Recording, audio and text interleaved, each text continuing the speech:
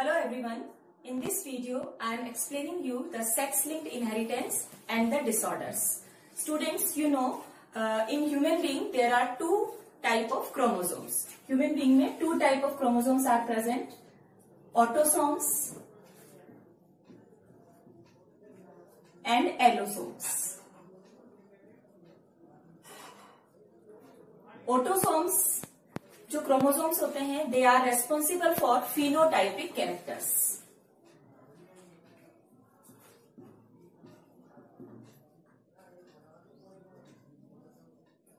And allosomes are responsible for sex determination.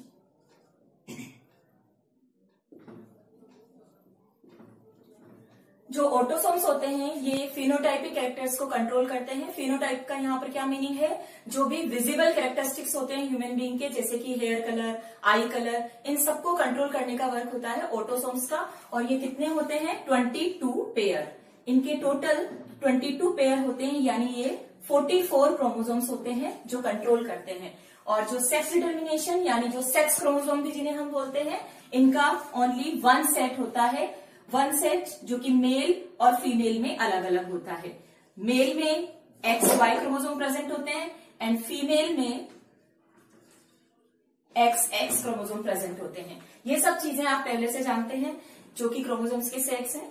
लेकिन यहाँ पर जो बात हमें क्लियर समझनी है वो सेक्स क्रोमोसोम के बारे में ही. जो भी स्टडी करेंगे हम आगे, यहाँ पर हम सेक्स क्रोमोसोम के बारे में ही बात करेंगे. सेक्स क्रोमोसोम जो कि आपने देखे मेल और फीमेल में XX और XY क्रोमोसोम्स होते हैं. इनमें जो डिटर्मिनेशन वाली बात है, सेक्स डिटर्मिनेशन वाली बात, वो हम स्पेशली मेल के लिए ही कहेंगे, क्योंकि मेल के अंदर ये स्पेशली एक फैक्टर प्रेजेंट होता है जो कि मेल और फीमेल सेक्स के लिए रेस्पॉन्सिबल होता है. तो जो ये क्रोमोसोम्स होते हैं इनमें हम बात करेंगे सबसे पहले एक्स क्रोमोसोम की. एक्स क्रोमोसोम जो कि साइज में बड़ा होता है.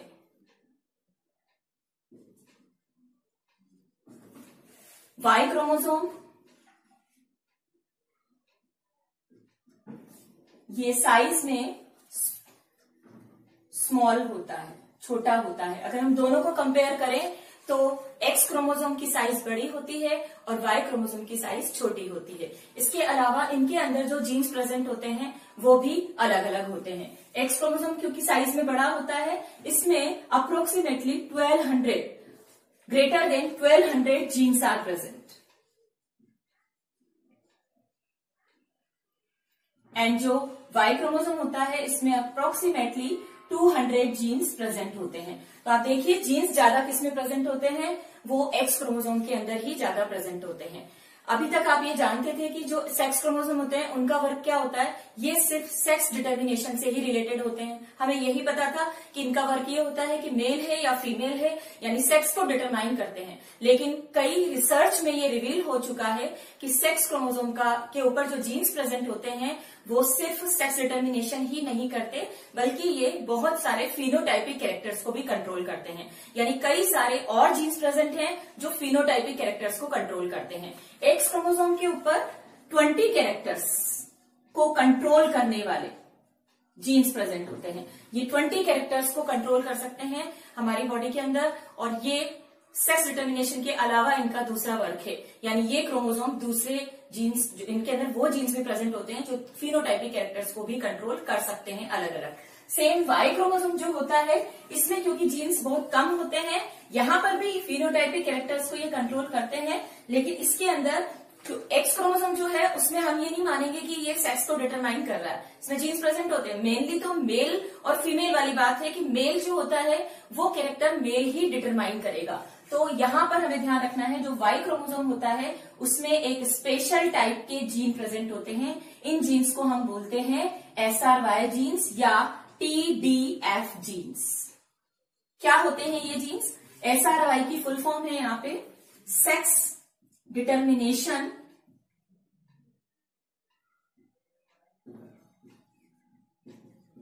Reason Y protein. इसी का दूसरा नाम है TDF. TDF का फुल फॉर्म क्या है? टेस्टिस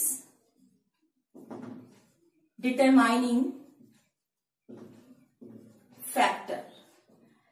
एंड एक्चुअल में ये SRY जीन्स हैं, ये रेस्पॉन्सिबल होते हैं मेल सेक्स डिटर्मिनेशन के लिए, यानी development of male organs.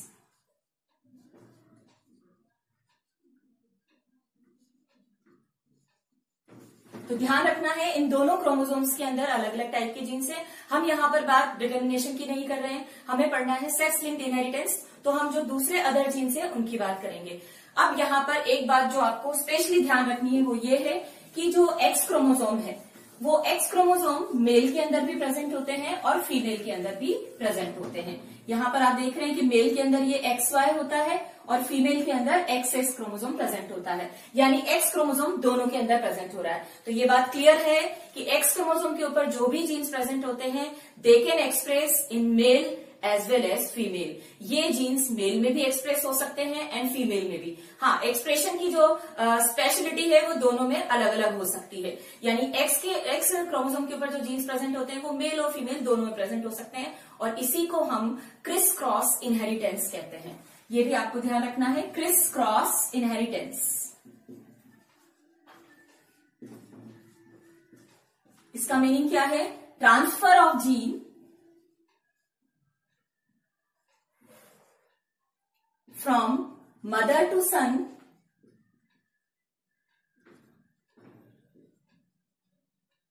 and father to daughter.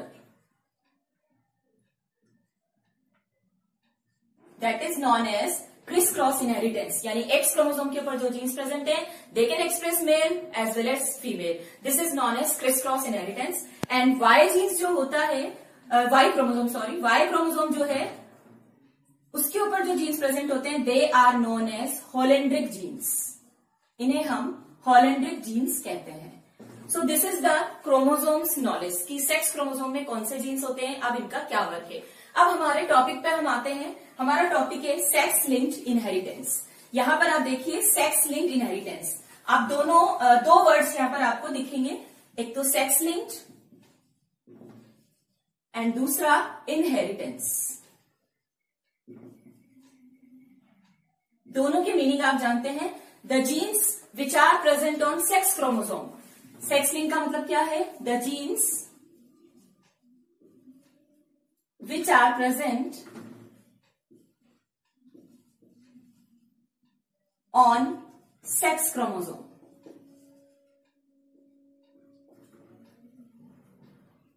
And what is the meaning of inheritance? Transfer of genes from one generation to another generation.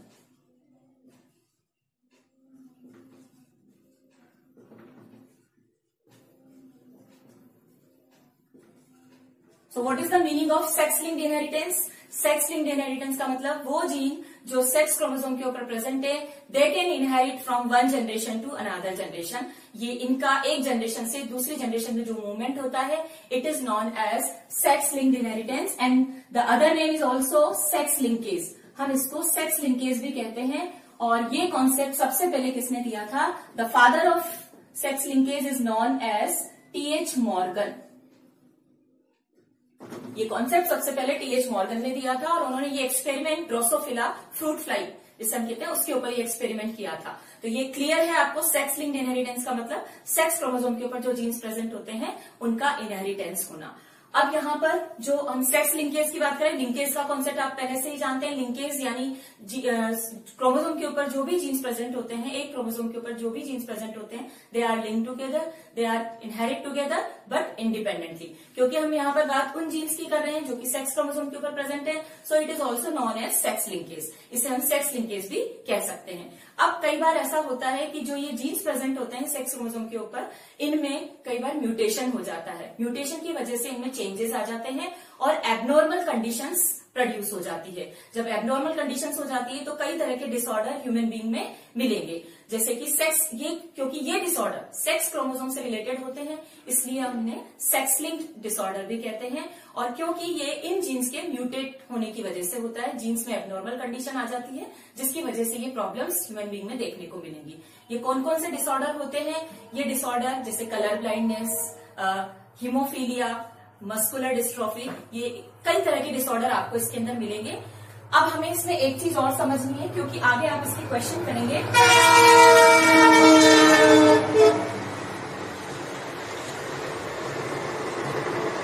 जो सेक्स क्रोमोसोम में genes present होते हैं,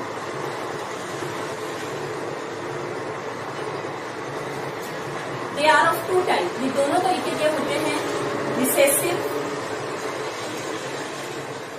and dominant. They can be recessive and dominant, लेकिन दोनों ही case male और female में अलग अलग तरह से एक्सप्रेस होगा। इसको हम पहले यहाँ पे समझ लें। रिसेसिव कंडीशन है, अगर जो म्यूटेट जीन है, एबनॉर्मल जीन है, वो रिसेसिव क्रोमोसोम के ऊपर है, तो मेल और फीमेल में डिजीज होगी या नहीं होगी, इसको हमें पहले समझना है। तो हम दोनों ही केस में बात करेंगे। अगर क्रोमोसोम XX है, तो आप जानते हैं ये एक नॉर्मल फीमेल रहेगी। This is the normal female, क्योंकि इसके ऊपर कोई भी एबनॉर्मल जीन प्रेजेंट नहीं है, यानी इसमें जो एक्सप्रेशन होगा जीन्स का वो नहीं होगा, नॉर्मल फीमेल रहेगी। अगर फीमेल के ऊपर सपोज यहां पर एक म्यूटेट जीन प्रेजेंट है, तो उनके ऊपर म्यूटेट जीन प्रेजेंट है, तो इस केस के अंदर जो फीमेल होगी उसमें, क्योंकि एक क्रोमोसोम नॉर्मल है, दूसरा क्रोमोसोम म्यूटेट है, यानी दूसरे क्रोमोसोम के ऊपर जीन्स प्रेजेंट है रिसेसिव कंडीशन के अंदर, और तो यहां पर फीमेल कैसी होगी? कैरियर। ऐसी फीमेल होगी कैरियर। ये हेट्रोजाइगस कंडीशन है, इसमें डिजीज नहीं होगी, बट वो फीमेल कैरियर का वर्क करेगी। तीसरी कंडीशन हम बात कर रहे हैं नॉर्मल। ये ह्यूमन बीइंग है जिसके ऊपर कोई भी एबनॉर्मल जीन प्रेजेंट नहीं है, तो ये नॉर्मल मेल रहेगा। लेकिन अगर इसी पे एक्स क्रोमोसोम के ऊपर कोई म्यूटेट जीन प्रेजेंट है, तो यहां पर क्योंकि दो एक्स क्रोमोसोम नहीं है, एक ही एक्स क्रोमोसोम है, तो ये रिसेसिव कंडीशन में भी एक्सप्रेस हो जाएगा और ऐसा मेल सफर करेगा। तो यहां पर जो मेल है वो कैसा होगा? एबनॉर्मल, या हम कहेंगे डिजीज। ये डिजीज मेल होगा। सेम डोमिनेंट के केस में देखें, ये नॉर्मल फीमेल, अगर एक एक्स क्रोमोसोम पर जीन प्रेजेंट है एबनॉर्मल, तो ऐसी सिचुएशन में, अब यहां पर आप ध्यान रखिए, क्योंकि ये डोमिनेंट क्रोमोसोम के ऊपर प्रेजेंट है, तो डोमिनेंट के ऊपर अगर जीन प्रेजेंट है, हमारा कंडीशन यहां पर डोमिनेंट वाली है, तो ऐसा जीन एक्सप्रेस होगा और ये फीमेल डिजीज्ड होगी। सेम XY, ये नॉर्मल है, और अगर X के ऊपर मेल के अंदर प्रेजेंट है एबनॉर्मल जीन, जो हमारा म्यूटेट जीन है, तो ये सफरर होगा, यानी डिजीज्ड होगा। तो इन दोनों कंडीशन को आपको ध्यान में रखना है। रिसेसिव कंडीशन में हमें ये कंडीशन मिलेगी, अगर डोमिनेंट जीन है तो हमें इस तरह की कंडीशन मिलेगी। अब इसका रिजल्ट आपको एक ध्यान रखना है, अधिकतर केसेस, जितने भी केसेस होते हैं उसमें ध्यान रखना है, जो रिसेसिव जीन होता है, अगर रिसेसिव डिजीज है तो उसके अंदर मेल सफर ज्यादा करेंगे, मेल सफर मोर।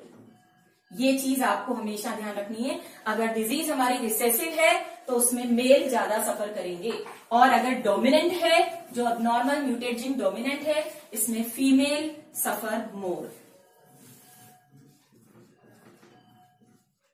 ये कंडीशन अप्लाई करेंगे अब हम डिजीज के बारे में। तो अब हम बात करेंगे सेक्स लिंक्ड डिसऑर्डर के बारे में। तो उसमें हमारा जो फर्स्ट हम डिस्कस करेंगे that is colour blindness.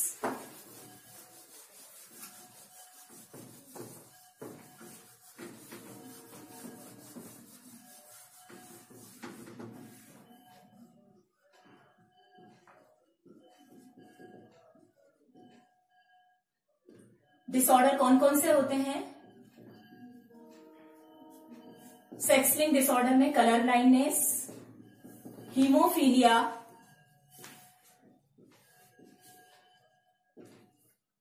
And muscular dystrophy.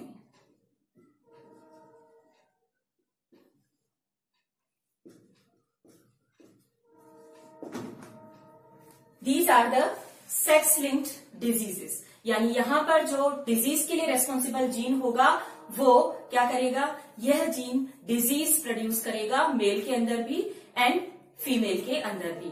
तो इन डिजीज को हम वन बाय वन स्टडी करेंगे। तो सबसे पहले डिजीज हम स्टडी करेंगे colour blindness. Blindness is a sex linked recessive disease. Colour blindness जो डिजीज है ये एक सेक्स लिंक डिजीज है, यानी जो कलर ब्लाइंडनेस के जीन है जो रिस्पॉन्सिबल होते हैं कलर ब्लाइंडनेस की डिजीज के लिए, वो सेक्स क्रोमोसोम यानी एक्स क्रोमोसोम के ऊपर प्रेजेंट होते हैं। That's why we are saying it is a sex link disease. And recessive disease, जो जीन इसके लिए रिस्पॉन्सिबल होते हैं वो रिसेसिव जीन होते हैं, इसीलिए हम इन डिजीज को बोलते हैं sex linked recessive disease. Colour blindness जो डिजीज है उसे सबसे पहले डिस्कवर किया था हॉर्नर ने, एंड इसका हम दो और नाम से भी जानते हैं, सीवीडी डिजीज भी कहते हैं। What is the meaning of CVD? CVD means colour vision deficiency. Colour के लिए डेफिशिएंसी जब हो जाती है तो उसे हम कलर ब्लाइंडनेस कहते हैं। और दूसरा इसका एक और नाम है, इसे हम डेल्टोनिज्म के नाम से भी जानते हैं। अब कलर ब्लाइंडनेस डिजीज कैसे होती है, कौन इसके लिए रेस्पॉन्सिबल होता है, इसे समझने के लिए थोड़ा सा हम आई स्ट्रक्चर की तरफ चलते हैं। यू नो वेरी वेल, आई के जो रेटिना होता है, रेटिना ही कलर जो भी विजन के लिए रेस्पॉन्सिबल होता है। रेटिना पर there are two type of cells, cone cells and rod cells. Rod cells are responsible for light intensity. Light intensity का कम ज्यादा इसके लिए जो रेस्पॉन्सिबल होती है वो रोड सेल्स होती है। And cone cells are responsible for colour discrimination. जो कोन सेल्स होती हैं they are responsible for colour discrimination, यानी कलर में डिस्टिंग्विश करना, कलर को आइडेंटिफाई करना। Specially 3 colour, red, green and blue colour, इनको आइडेंटिफाई करने के लिए कोन सेल्स की रिक्वायरमेंट होती है। तो whenever the cone cells are faulty, जब कोन सेल्स फॉल्टी हो जाए, उनका जो फंक्शन है वो एब्रप्ट हो जाए, तो उस समय ये डेफिशिएंसी हो जाती है विजन की और कलर की। स्पेशली कलर्स में डिस्टिंग्विश जो पर्सन है वो नहीं कर पाता। अब इसको समझने के लिए हमें इसकी कुछ पॉइंट्स है जिनको स्टडी करना है। तो cone cells are responsible for colour discrimination and it is occur due to faulty cones. Cone cells जो होती हैं दे आर ऑफ 3 टाइप। जो हमारी रेटिना होती है उसमें जो कोन सेल्स होती हैं दे आर ऑफ 3 टाइप। ये 3 तरह की सेल्स होती हैं and they are sensitive to various wavelength colours. जो वेरियस वेवलेंथ है कलर्स की उसके लिए सेंसिटिव होती हैं। They are of 3 type, chlorolabe, erythrolabe and cyanolab. Types of cone. These are the types of cone cells. Chlorolab responsible for green color. Green color के लिए जो responsible होती हैं they are chlorolab. Erythrolab होती हैं red color के लिए sensitive and cyanolab जो हैं they are of blue color. ये blue color के लिए sensitive होती हैं। ये तीनों ही सेल्स रेस्पॉन्सिबल होती हैं और इन कौन सेल्स में जब डिफेक्ट आ जाता है तो उससे उसी कलर की हमारी डेफिशिएंसी हो जाती है, इनएबिलिटी हो जाती है पर्सन की, वो कलर को डिस्टिंग्विश नहीं कर पाता। इसी बेस पर there are 3 type of colour blindness.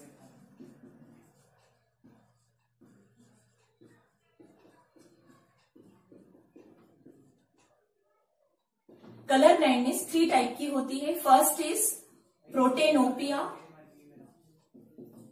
second is deuteranopia,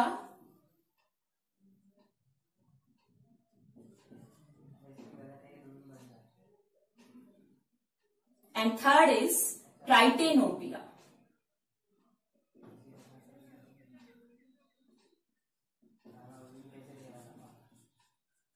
Protanopia sensitive to red color. This is sensitive to green color. And जो tritanopia है, it is responsible or sensitive for blue color. So there are 3 type of color blindness: protanopia, deuteranopia and tritanopia. लेकिन जो सबसे common color blindness होती है, that is common color blindness is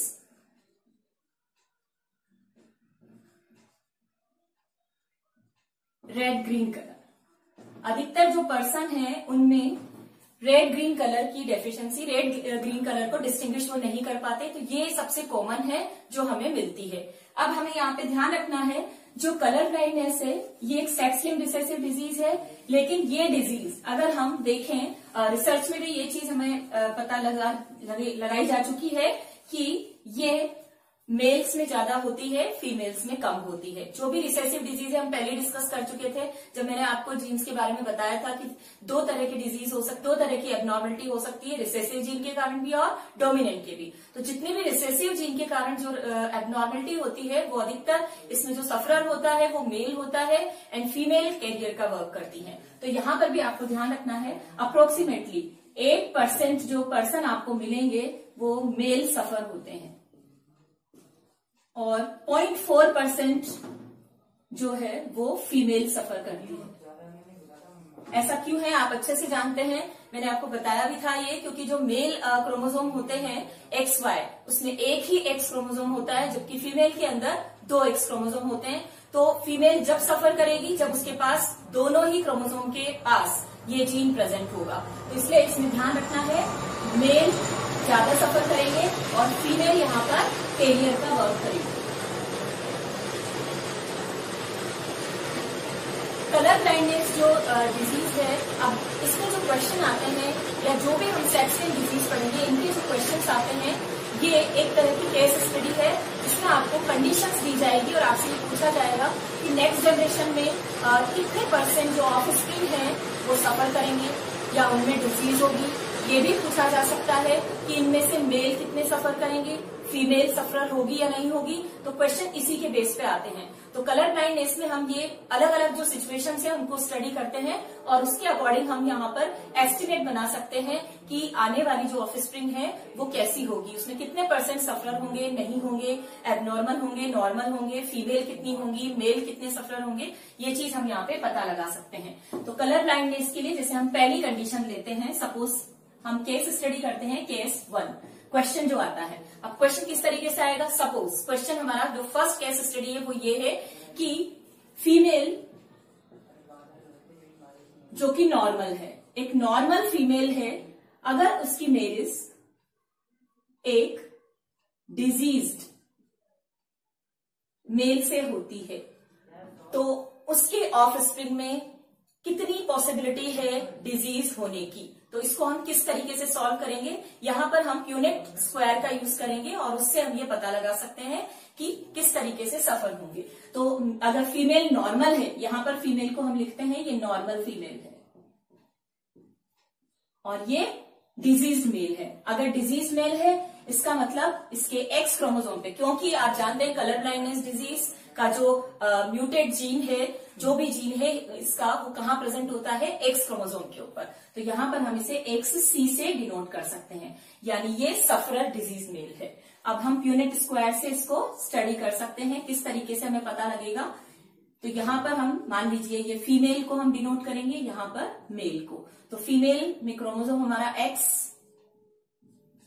और यहां पर XC और Y हम लिखेंगे। तो फर्स्ट जो क्रॉस बनेगा इसका XXC XY XXC and XY, ये ऑफस्प्रिंग हमें मिले। और आपको क्लियर इसमें पता लग रहा है कि देखिए दिस इज द फीमेल, ये फीमेल है। फीमेल आपकी कैसी है,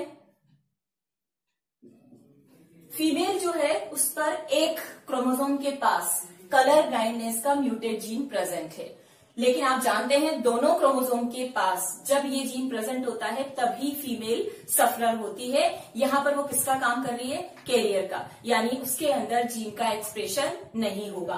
तो हमारा जो रिजल्ट निकलेगा वो क्या रिजल्ट निकलेगा देखिए। और आप देख रहे हैं मेल कैसा है, मेल दोनों ही आपके नॉर्मल है। तो इस केस के अंदर जितने भी ऑफस्प्रिंग हैं उनमें पॉसिबिलिटी नहीं है एक्सप्रेशन की, यानी सभी डिजीज फ्री होंगे।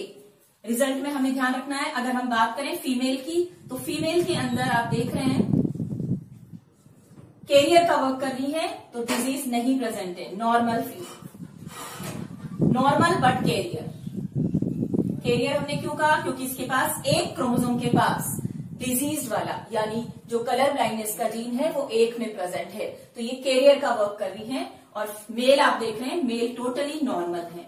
तो हमारा रिजल्ट क्या निकला, कोई भी ऑफस्प्रिंग ऐसा नहीं है जिसको डिजीज होगी, फीमेल यहां पर सिर्फ कैरियर का वर्क कर रही है। सेम अगर हम दूसरा केस लेते हैं इसी में,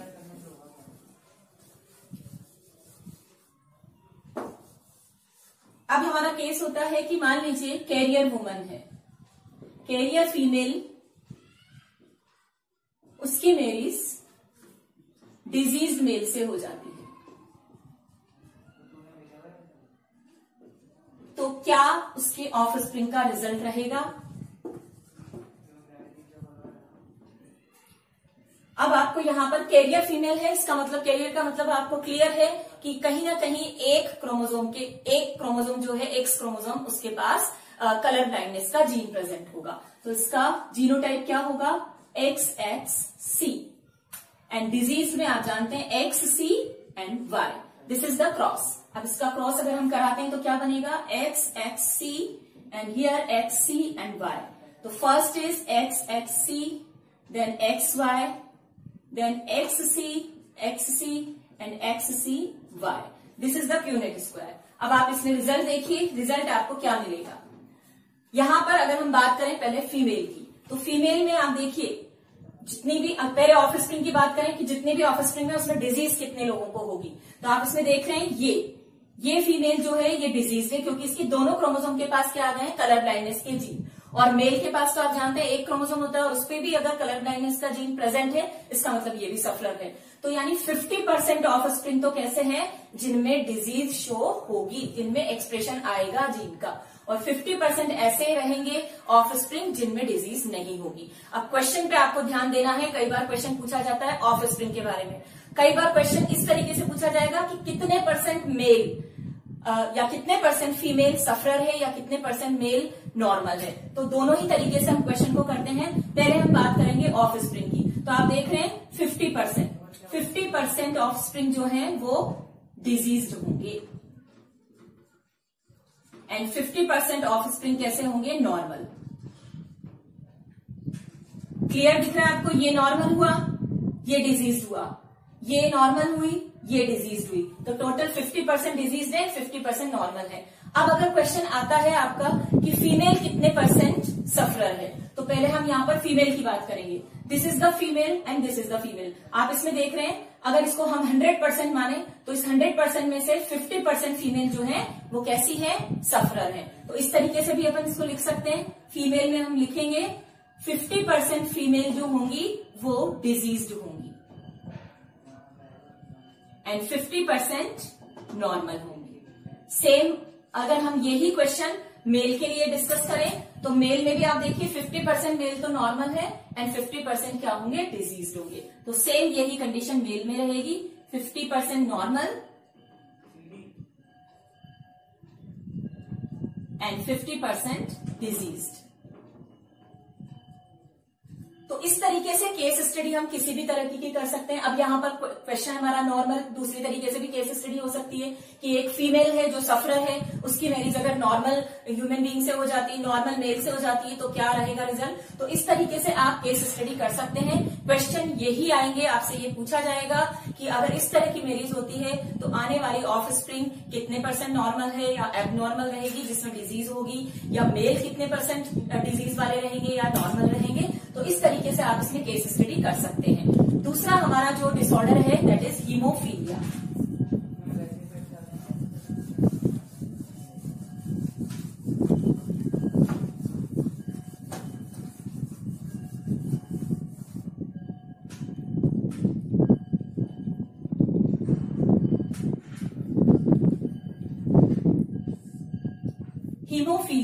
हीमोफीलिया जो डिजीज है इसको हम एक और नाम से जानते हैं, it is also known as bleeders disease.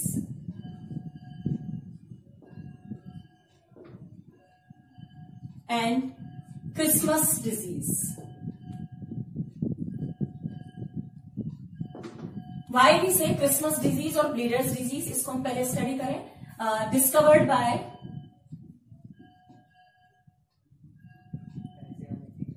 John Otto. सबसे पहले ये डिजीज जो डिस्कवर की थी जॉन ओटो ने की थी। और क्रिसमस डिजीज हम इसलिए कहते हैं कि it was first seen in a person, the name of person is Stephen Christmas. It was first scene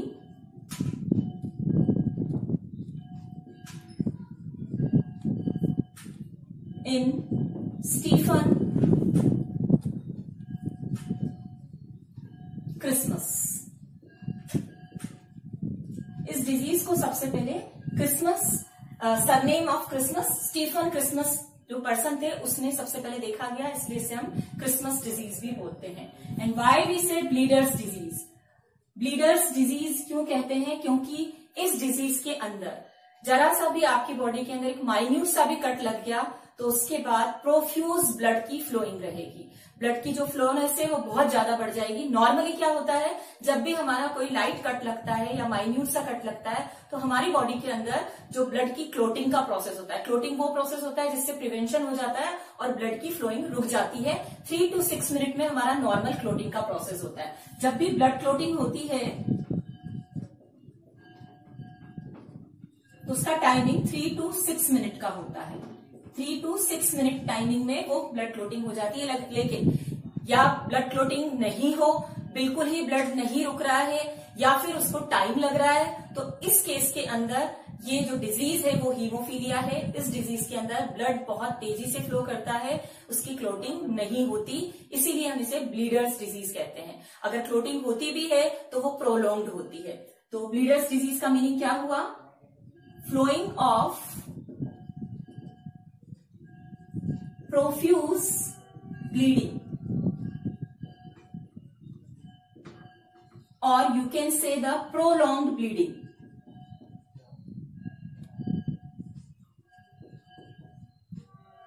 So that death में अकर, ज्यादा अगर फ्लोइंग हो जाएगी, ब्लड ज्यादा बहेगा तो उससे डेथ भी हो सकती है।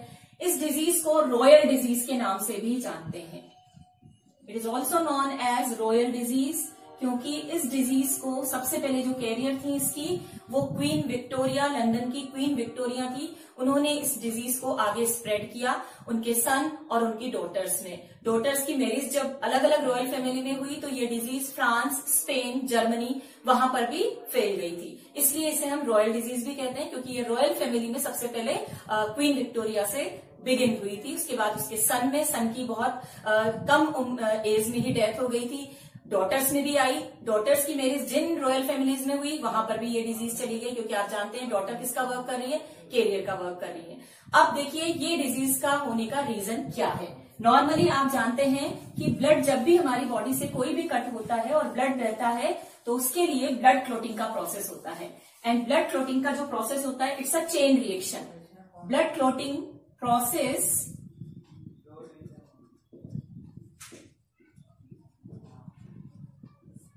It is a chain reaction.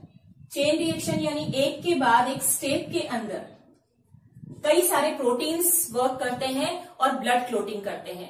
अगर उनमें से एक भी प्रोटीन नहीं बना या उसका फंक्शन खत्म हो गया, एब्रप्ट हो गया, तो प्रोटीन नहीं बनेगा और ब्लड क्लोटिंग का प्रोसेस नहीं होगा। तो यहां पर भी यही है, ये जो चेन रिएक्शन होती है इट मीन्स प्रोटीन फॉर्मेशन।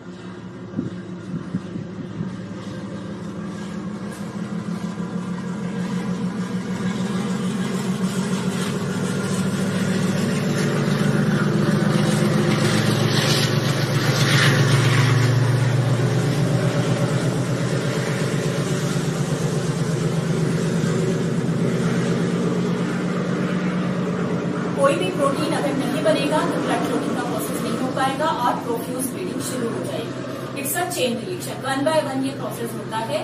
तो हीमोफीलिया के जो टाइप्स हैं it is of 2 type, haemophilia A and haemophilia B.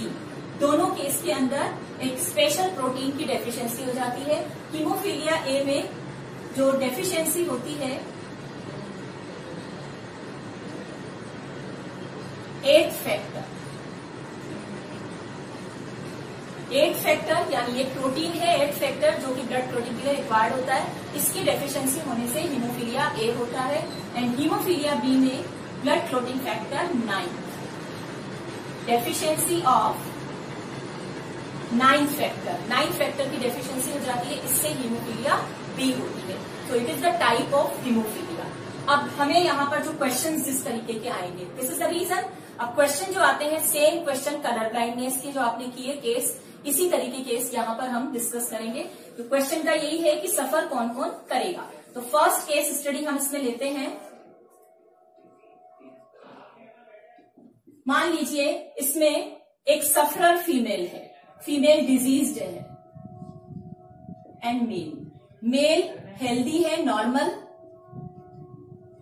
And female is diseased. तो क्या इनका जीनोटाइप रहेगा? अगर फीमेल डिजीज्ड है तो इसका मतलब इसके क्रोमोसोम में दोनों क्रोमोसोम में, क्योंकि होमोजाइगस कंडीशन में रिसेसिव डिजीज है, it is also the recessive disease, तो दोनों कंडीशन होमोजाइगस होगी तभी ये डिजीज होती है।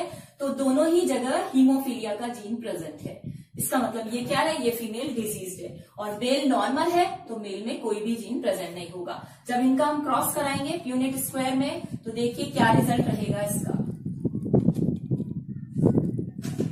Here XH, here X and Y.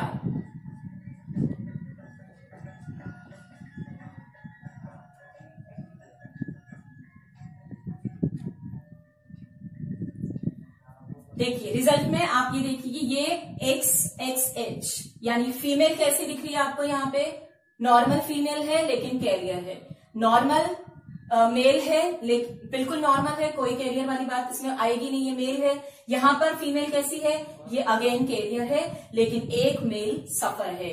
तो हमारा रिजल्ट क्या रहेगा? ऑफ स्प्रिंग में देखिए आप कितने परसेंट, आप इसमें देखिए सिर्फ मेल को ये डिजीज हो रही है, यानी 50% मेल का अगर अपन देखें तो 50% नॉर्मल है, 50% डिजीज है, और फीमेल बिल्कुल नॉर्मल है। तो यहाँ पे रिजल्ट क्या रहेगा? 25% ऑफ स्प्रिंग जो है वो कैसे रहेंगे? डिजीज्ड रहेंगे, एंड 75% नॉर्मल रहेंगे। क्लियर आपको दिख रहा है? सिर्फ सफर एक मेल ही करेगा, ये नॉर्मल है, ये नॉर्मल है, ये नॉर्मल है, लेकिन ये दोनों कैरियर का काम कर रहे हैं। लेकिन अब हमारा रिजल्ट दूसरे तरीके से पूछा जाएगा कि फीमेल में कितने परसेंट डिजीज रहेंगी या नॉर्मल रहेंगी। तो फीमेल आप देख रहे हैं दोनों ही कैरियर का वर्क कर रही है, कोई एक्सप्रेशन नहीं है, तो फीमेल के केस में हमें लिखना है नॉर्मल, कोई भी फीमेल में डिजीज नहीं मिलेगी। एंड अगर अपन मेल की बात करें तो मेल के अंदर 50% तो डिजीज रहेंगे एंड 50% नॉर्मल रहेंगे। सो this is the case study. इस तरीके की केस स्टडी आप और भी कर सकते हैं और सेम इसी मेथड से आप ये रिजल्ट निकाल सकते हैं। क्वेश्चन इसमें आपके केस स्टडी वाले ही आते हैं, इस तरीके से आप उनको सॉल्व कर सकते हैं। तो हमने दो डिजीज का स्टडी किया, कलर ब्लाइंडनेस एंड हीमोफीलिया। दोनों ही डिजीज में कॉमन क्या है? दोनों ही डिजीज में फीमेल सफर करेंगी, दोनों ही डिजीज फीमेल कैरियर का वर्क करेंगी एंड मेल सफर करेगा, यानी मेल डिजीज होगा। और दोनों ही केस जो है ये सेक्स लिंक्ड रिसेसिव डिजीज है, जिन डिजीज के जिसमें क्रोमोसोम जो के ऊपर ही जो जीन प्रेजेंट होगा वो कैसा रहेगा? डिजीज जीन रहेगा, म्यूटेट जीन प्रेजेंट रहेगा, जिसकी वजह से